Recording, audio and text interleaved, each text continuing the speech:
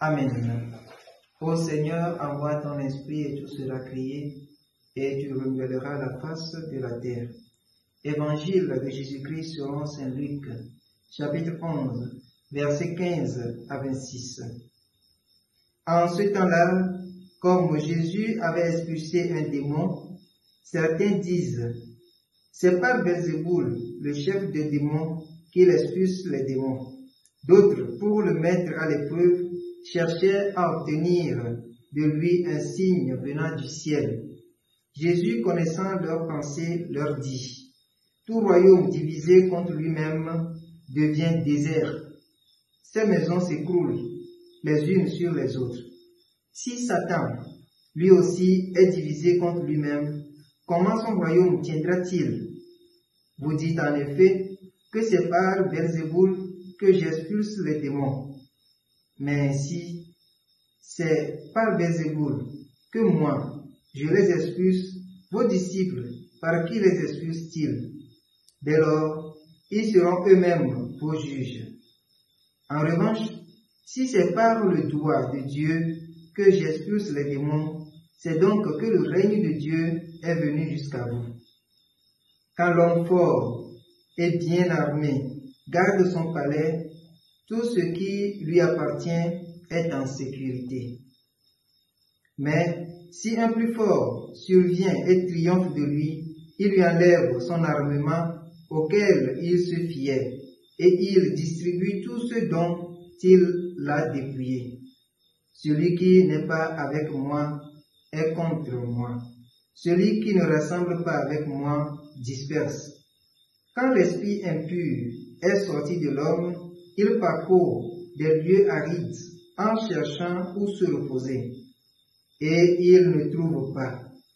Alors il se dit, je vais retourner dans ma maison, d'où je suis sorti. En arrivant, il la trouve balayée et bien rangée. Alors il s'en va, et il prend d'autres esprits encore plus mauvais que lui, au nombre de 7. Ils entrent et s'y installent.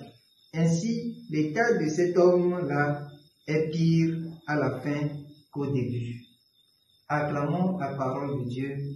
Louange à toi, Seigneur Jésus. Chers frères et sœurs en Christ, loué soit Jésus-Christ. Aujourd'hui, 11 octobre, de la 27e semaine du temps ordinaire. L'évangile que l'Église met devant nous ce matin nous place devant un fait. Il est vrai que le mal existe et qu'il a des racines si profondes que nous ne pouvons pas les éliminer totalement. Il est ainsi vrai que le mal se répand, il travaille tout le temps et nous ne pouvons guère le dominer. Mais Jésus-Christ est venu pour combattre les forces du mal, le démon. Grâce à son intervention, le mal est anéanti. Bien-aimés de Dieu, la lutte contre le mal nous demande de balayer les maisons que nous sommes, notre intérieur. Malheureusement, les vies que nous menons de nos jours nous amènent à remplir ces maisons de toutes sortes de mal qui s'érigent en véritables démons et nous détruisent à petits coups. Quel effort faisons-nous donc pour faire établir le règne de Dieu dans nos vies, dans nos maisons, dans nos chambres intérieures, dans notre entourage? Tout le monde veut qu'on le libère de l'emprise du démon, mais le premier à combattre, c'est en nous-mêmes. C'est ce que nous-mêmes, nous embrassons par nos pieds, nos mains, nos yeux, nos ventres, à la recherche du bien-être facile et sans effort qui nous détruisent à petits coups. Bien-aimés de Dieu, en recevant le baptême, Jésus a la force sur nos vies.